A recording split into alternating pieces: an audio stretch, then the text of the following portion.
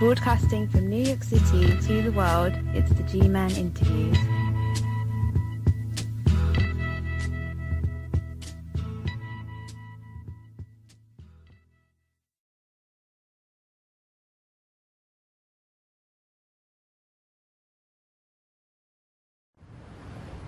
Congress is split along party lines in Washington over the Iran nuclear deal. While Democrats have praised it as a landmark agreement, Republicans have begun seeking support should they try to take on the president and attempt to overturn it. Our correspondent talked to former CIA Director Michael Holden. The most disappointing part is quote-unquote managed access with regard to the inspections.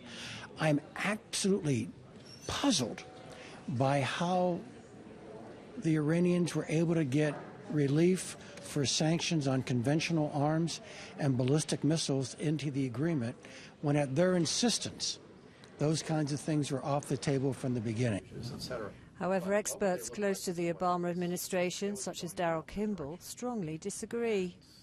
This agreement shows a monitoring and inspection system that is stronger than we expected after the April 2nd framework agreement was reached. People who say it's weaker really don't know what they're talking about. They don't understand. The fundamental test of the agreement is, will it stop Iran from developing a nuclear weapon? Our correspondent in Washington says. Republican presidential candidates lost no time slamming the deal as irresponsible and dangerous. It's a foretaste of what the political debate here will look like in the months to come. But Obama's presidential veto power makes it very hard for Republicans to roll back the deal. Stefan Grobe, Euronews, Washington. Welcome. Assigned as a reporter, producer, and bureau chief at the United Nations in 1989, just prior to the Gulf War, Tom Osborne covered the UN for ABC News Tonight with Peter Jennings, Good Morning America, and 2020, overseeing all editorial coverage of the various primetime news specials, as well as general coverage at the UN through 2000. He was elected president of the UN Correspondents Association in 1992. As president of UNCA, he inaugurated and chaired the 1992 series of international press conferences, the UN in the post-Cold War era. Convened at UN headquarters in New York, the conferences provided a forum for international journalists, members of the UN Security Council, and the UN Secretariat to discuss UN Security Council reform and transparency, an issue under intense scrutiny in the wake of UN involvement in the conflicts in the first Iraq Gulf War and the impending crisis in the former Yugoslavia. He is the creator, host, and producer of the acclaimed foreign policy series U.S. UN Report with Tom Osborne. The Emmy Award-winning journalist joins me to discuss the Iran nuclear deal and the threat the Islamic State of Iraq and the Levant, also known as ISIL, poses to the region and the United States. It's an honor to welcome you to the show, sir. Thank you for inviting me. On August 2nd, the Huffington Post published a Reuters news story entitled "Democrats See Firewall Holding to Preserve Iran Deal." A portion of the article stated, U.S. backers of the Iran nuclear deal are increasingly confident of enough Democratic support to ensure it survives review by Congress, despite fierce opposition by majority Republicans and a massive lobbying drive. By the time the House of Representatives recessed for the summer last week, no senior Democrat in the chamber had come out formally against the agreement, and several central figures, including Minority Leader Nancy Pelosi, were strongly in favor. Pelosi said she was confident that if, as expected, Republicans pass a resolution of disapproval to try and sink the deal, a promised veto of that measure by President Barack Obama would be sustained. At least 44 Democrats in the House and 13 Democrats in the Senate would have to defy Obama and join Republicans in opposing the deal to get the two-thirds majorities in both chambers needed to override the veto. More and more of them, House Democrats, have confirmed to me that they will be there to sustain the veto, Pelosi told reporters. On August 3rd, NBC News reported that the majority of Americans are split on the deal. What's your position? My position is the deal is essential, number one. I think it's a deal that probably will not come again. The moment that we're in the world is so dangerous that a potential nuclear Iran is just unthinkable. And the options of the deal going under are really out of the question because we know that the president will veto that. But unfortunately, that will be a disaster for the world over. mainly because we have to remember that it's not President Obama, it's not Secretary Kerry, but it's the permanent 5 members of the Security Council plus Germany. That's Russia, France, China, and we have the most powerful nations on earth who have all agreed to do this. This has been a 10, 15-year process. So my answer to the question is absolutely, the agreement is essential, and I think it will go into effect, and we'll see how it goes from there. Have you discussed the pros and cons of the deal with former or current UN representatives? And if so, what was the general consensus? The consensus is it's not the absolute perfect agreement, but it's the best agreement that we can get right now. What it does, it stops Iran's progress toward a nuclear bomb. Everyone has made it very clear, and I think we all agree, whether you're for it or against it, Iran was within 2 months of having a nuclear weapon, or at least close to it. We know that's unacceptable. And so we have no choice, really, but to do the best we can. And the best we can is not so bad. What we've done is we've delayed that process for 10 years. And if Iran breaks the deal, sanctions, while they may not be perfectly as they were before, there may be some holes in them, the United States will put sanctions back on. That is seriously crippling to Iran, and Iran does not want that. They're really looking forward to being a part of the international community. They've signaled this loud and clear, and they've conceded things that they never would have conceded. For example, we'll talk more about this in detail, I hope, but the intrusive inspections are something we would never have seen in the 5 years previous to this. So I think we've come a long way. We can go into the weeds of that, but we've come a long way. In your view, what made this deal different from others that have been presented?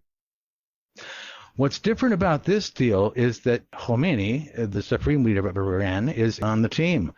He's talking the right language. The other is the Iranian population has changed dramatically over the 10 years that we began talking about this.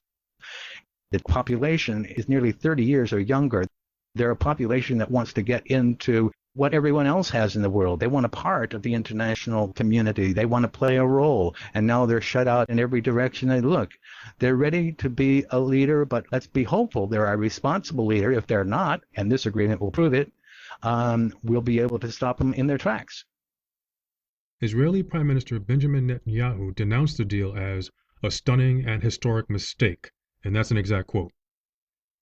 Given the tense relationship between President Obama and Netanyahu, do you think the United States was in a no-win situation heading into the negotiations in terms of satisfying Israel's concerns? Yes and no. Yes, in the sense that Iran could never possibly agree openly to this deal that we're making, because their neighbors have not proven to be very good neighbors, and they're very dangerous neighbors. We know that. They're looking at this from a totally different perspective. However, we've always said that we have Israel's back. That hasn't changed. The president has never once said that we're willing to sacrifice Israel's safety for this. It's perceived to be, I know from their perspective, that it does, but it applies to Israel as much as it applies to us. The safety is the same. If Iran abrogates the deal, we stop them right where they are. I know Israel doesn't believe this is possible, but you know what? We have to try it. The other possibility is that we walk away from the deal and we do what Benjamin Netanyahu would like us to do, is drop it. And then within 2 months, Iran will have a bomb. And then what do we do? Or we bomb before they have a bomb. And then we're in another war in the Mideast. How can we possibly fight another war in the Mideast? Not the United States, I can assure you. So Israel must go along with this deal. And I think we'll see a more conciliatory, I hope, more conciliatory language from the Israeli Prime Minister. How much of this flexing is based on Netanyahu's own form of governance when you consider the fact that there are hardcore hawks in his administration? Oh, I think it's about probably, 75%. It is not politically good for him to be making conciliatory moves toward Iran. I mean, his political backing comes from hardliners. And that's the problem, because there is a real division in Israel about this deal. There are a lot of people who want to see it succeed. They're afraid of it, of course, but they know the alternative. And I don't think there's anyone in Israel who would like to see a bombing of Iran, which we know is not going to be limited. Since when did we bomb any country on a limited basis? Except for perhaps Bosnia. And then we were only showing our military might. We really weren't dropping our bombs in effective places. So we know that genocide took place despite our bombing. And, it's quite possible that Israel could be in much worse shape if this deal falls apart than they are now. During a recent trip to Israel to bolster support for the accord, Secretary of Defense Ashton Carter said, and I quote, "One of the reasons why this deal is a good one is that it does nothing to prevent the military option." On July 13th of this year, the Jerusalem Post ran an article that stated Netanyahu hinted the military option was not off the table in preventing Iran from obtaining nuclear weapons. Now clearly, the two countries would consider exercising military option.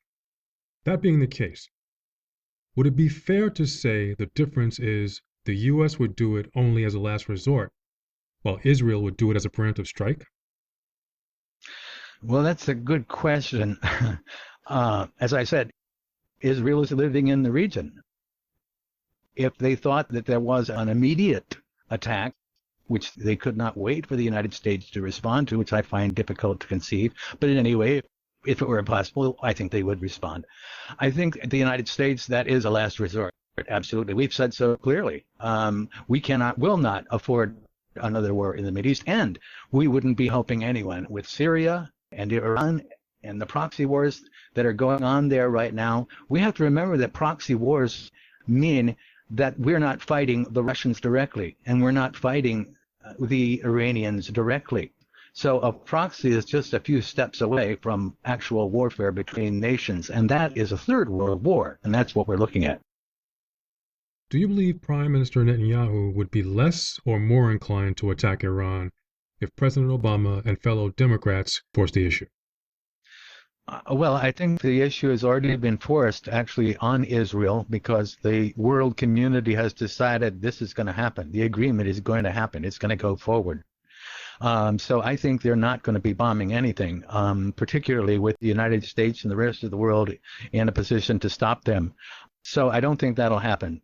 But one of the things I wanted to bring up, if you don't mind, it really is important. This is I want to repeat that this is a deal that Iran simply will not want to lose.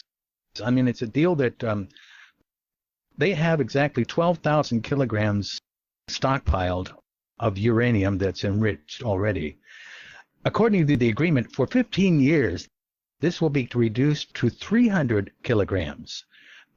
This means that from the beginning of production to the moment that they would get to the threshold of rushing to a bomb has been completely obliterated for the next 15 years. So if Iran wanted to build a bomb after that, this is the biggest objection that most Israelis bring up, and one of the reasons they might bomb, it just doesn't hold up because there's nothing there to bomb. It's been completely stopped. It's been monitored. And one of the objections that's also been raised is, are the investigations intrusive enough? Well, we can go into that, but the point is they are intrusive enough, and they will be intrusive enough over the next 15 years for us to know at any point if Iran decides to reverse course and start over. In this case, we've already know enough extensively about Iran's nuclear program that we are able to monitor from beginning, as I said, the beginning of production to the end of it. Iran is not going to be able to breach this agreement because we will know instantly. These are international expectors. There's also this agreement on the side, which is made between the International Atomic Energy Agency. It's an agreement that was also made with Iraq. And people are saying, well, we don't know what's in it. What does that mean? Well, why shouldn't we know as Americans? Is because no one else knows either. And this is between the country that is of concern and the International Atomic Energy Agency. But for sure, Iran under this deal will not be on the train to a bomb without our knowledge within, they say, 24 days. It could be 2 days. We could announce an inspection and be there in 3 days.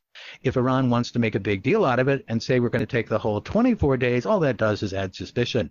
So they're not going to do that, I suspect. Another issue of great concern in the Middle East, and for many Americans, is the Islamic State of Iraq and the Levant. also known as ISIL. U.S. military has deployed 450 military trainers, again, I'll say that again, trainers to Iraq, and an estimated 3,000 in U.S. military personnel are already in the country. Given the overwhelmingly negative view of the Iraq War, was the recent deployment a good move by the Obama administration or an exercise in futility? Well, I don't think it's an exercise in futility. It's about the most that we want to do. What we really want to do, I shouldn't say we, let's say our president, the president's administration does not want another war. And what we are doing is the best we can do, which is to try to influence Iran, which the agreement may do in the long term, influence our allies to take more of the slack, and to do that bombing and to do those on-the-ground military efforts that are required. They have to be required on the ground to get ISIL in control. And so I think really we're doing what we want to do, and that is to stay out of the war, but to make sure that we fight ISIL. Now, if the time comes, and it may, we'll be on the ground. I'm certain of that. But we won't be doing it alone. It's going to be a coalition, and it'll be a real coalition. And I think that'll be the end of ISIL. I think we're already moving in that direction in any case. ISIL is not some power that cannot be defeated. It isn't a nation state yet. It is a wannabe. If it becomes a nation state, then we have the same military power we've got right now, and they're going nowhere. You stated that ISIL can be defeated. But how do you defeat a terrorist organization that's confiscated American-made weapons, recruiting new members faster than anyone can count, and, according to numerous news reports, earning anywhere from between $8 to $10 million a month from selling and smuggling oil and gas? That's impossible to stop, of course. Those things we are in a new world. That happens over the internet. It happens in ways that we can't possibly control the borders of every country. But we can make it very difficult for them to establish themselves permanently. Wherever they start to, that's where we're going to fight them. And it's going to be a long time. Everybody has said so. We're going to be fighting ISIL, or at least a component of ISIL, for a decade. But the point is, they're not going to be able to establish a foothold permanently. They're not going to be able to establish a caliphate. They're not going to be able to establish the kind of radical regime that they want to establish throughout the Mideast, because the countries in the region eventually, and even now, are not going to tolerate it. As you know, aid workers, Iraqi soldiers, and journalists were captured, and their grisly murders were filmed and posted on the internet for all the world to see. Do you think President Obama, Pentagon officials, or congressional representatives consider what the political and social implications would be if recently deployed U.S. trainers and soldiers were systematically captured and publicly beheaded by members of ISIL? They have beheaded aid workers. They have beheaded the most vulnerable of people. And I'm afraid, I hate to say it, but that's the world we live in. And it is tragic. It's horrible to watch. And there's going to be more of it. We have a sick world, let's face it, and we're not going to cure it tomorrow. But we're going to see a lot of this stuff. But you can't wipe it out with nuclear weapons. You can only starve it to death. And that comes from, as we've already talked about, that comes from cutting them off everywhere we possibly can in a world that wants a civilized world. And we can't have a world that they want. And so we'll have to fight this to the death, but we're going to see a lot of these horrible things a lot more times, I'm afraid. I raise this issue because after watching a portion of one of the ISIL videos, and that was all I could tolerate, I realized the situation could be very different if American families saw their daughters, sons, or other family members stationed in Iraq being beheaded. Clearly, public sentiment could shift significantly for the president's plan. Is that an accurate assessment? Absolutely, and I think they're going to demand more and more action, which they have. You talk to anybody on the street, and they would like to bomb them back to the Stone Age. The question is, we have leaders who are asking, okay, what does that mean? What's the next step? You see, and that's the position we're in. And there is no simple answer to that.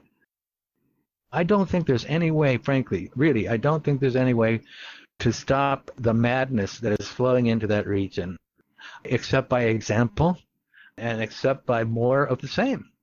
it's a good reason to raise the issue. And, it has happened. We've been watching, these soldiers that have been captured and beheaded. They're not just in Middle Easterners. They're not just, someone far away from us. They're Americans who ended up over there. They're aid workers that ended up over there.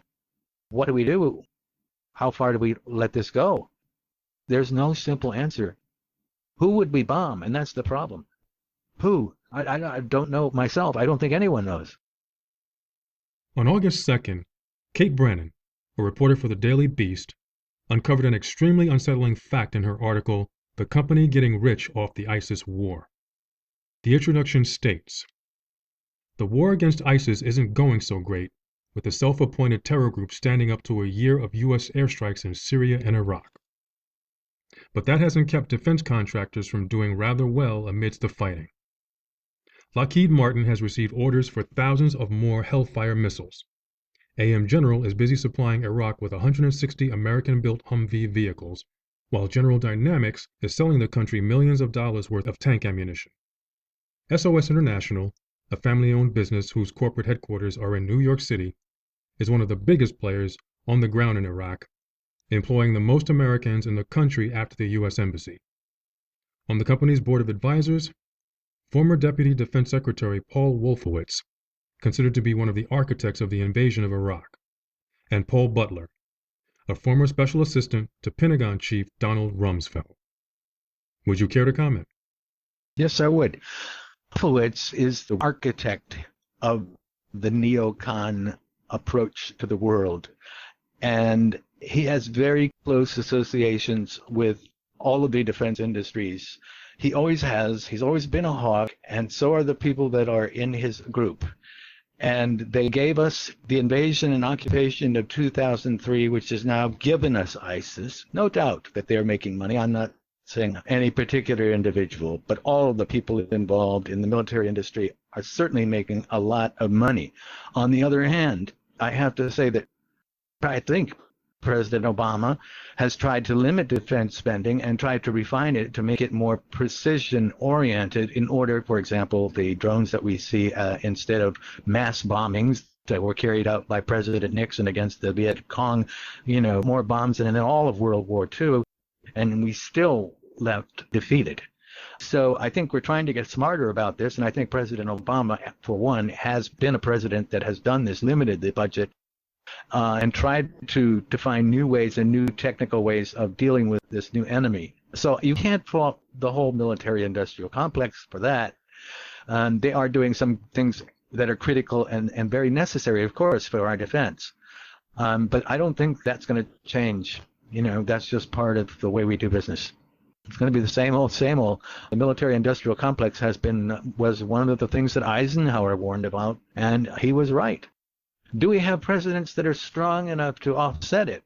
I've been reading recently about the latest book on Richard Nixon, and I'm looking at the ways that he ran the government. And in many ways, he just completely cut the Department of State out of the picture, the Department of Defense, and everyone else. And he ordered the bombs and where they went. And he didn't care how many they dropped. He wanted them dropped for a period of time. Hopefully, we pray that we don't get another president like that, because if we do, in this situation, it's going to be really trouble. So I'm hopeful that we know now that President Obama's administration is coming to an end, and he's done the best he can with this. The next administration, I hope, will do better, and I'm sure he would say the same. The Middle East was a tinderbox long before your tenure as UN Bureau Chief at ABC News, and things have gone from bad to worse. How do you think your former boss, colleague, and dear friend, ABC News legend Peter Jennings, would sum up the current state of affairs in the region? Boy, that's a good question. This is actually the 10th anniversary of his death. I believe August 7th is the date.